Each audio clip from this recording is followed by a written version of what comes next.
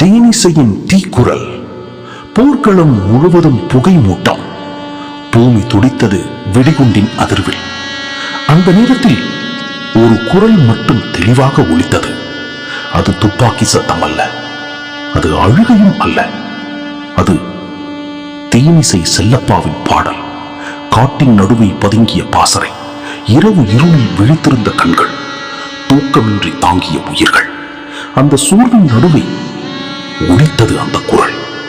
உள்ளத்தில் நெருப்பை ஊற்றியது. எழு தமிழா என்ற ஒரு வரி 100 உயிர்களை எழுப்பியது. நிலம் உன்னுடையது என்ற ஒரு சொல் நெஞ்சில் பயத்தை எரித்தது. போராளிகள் முன்னேறினர், கையில் ஆயுதம், ஆனால் உள்ளத்தில் செல்லப்பாவின் பாடல். அந்த குரலை கேட்ட இளைஞர்கள் வீட்டின் வாசலை விட்டு வெளியேறினர். தாயின் கண்ணீரை தாண்டினர். ஒரு கனவுக்காக, ஒரு இனத்துக்காக புலிகள் இயக்கத்தில் இணைந்தனர். அவர்களின் முடிவுக்கு காரணம் ஒரு கோஷம் அல்ல, ஒரு கட்டளை அல்ல, ஒரு பாடல், ஒரு குரல், ஒரு உணர்வு. குண்டுகள் விழும்போது கூட அந்த பாடல் நின்றதில்லை. மண்ணில் விழுந்தவர்களின் ரத்தம் அந்த குரலோடு கலந்தது.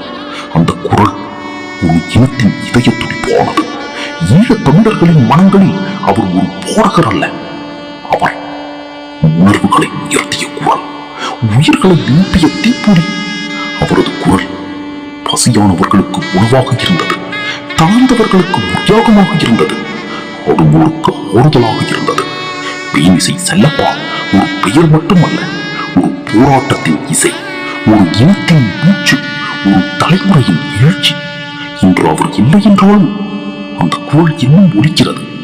போர்க்களங்களில், நீவுகளில், நெஞ்சுகளின் ஓரத்தில். போரால் முடிந்தாலும் அந்த போரால் எழுப்பிய போராட்டம் இன்னும் தொடர்கிறது.